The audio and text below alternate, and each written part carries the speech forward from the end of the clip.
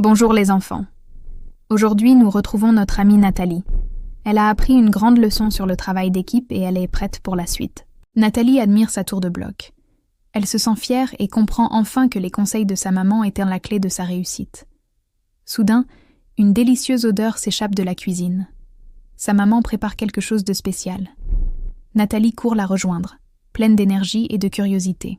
Maman s'apprête à faire un gâteau. Nathalie veut tout faire seule.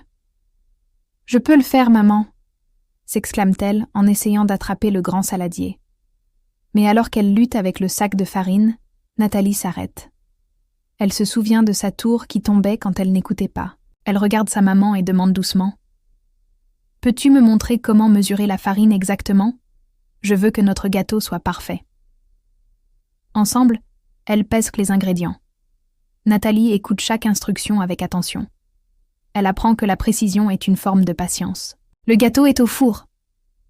C'est le moment où Amina, l'amie de Nathalie, arrive pour jouer. Nathalie est impatiente de lui montrer ses nouveaux jouets.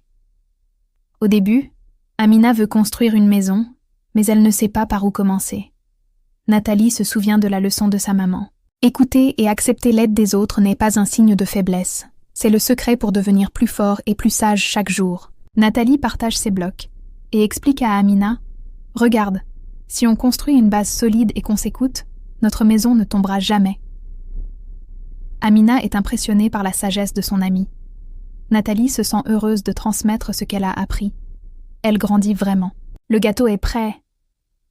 L'odeur sucrée remplit la maison. Maman apporte le goûter et voit les deux amies jouer si bien ensemble. Maman pose une main tendre sur l'épaule de Nathalie. « Je suis fière de toi, ma chérie. Tu as ouvert ton cœur aux conseils et aux autres. » Nathalie sourit. Elle sait maintenant que grandir, c'est un voyage qu'on ne fait pas seul, mais avec l'amour et l'écoute de ceux qui nous entourent. Souvenez-vous les enfants, accepter une critique constructive, c'est se donner une chance de devenir la meilleure version de soi-même. À bientôt.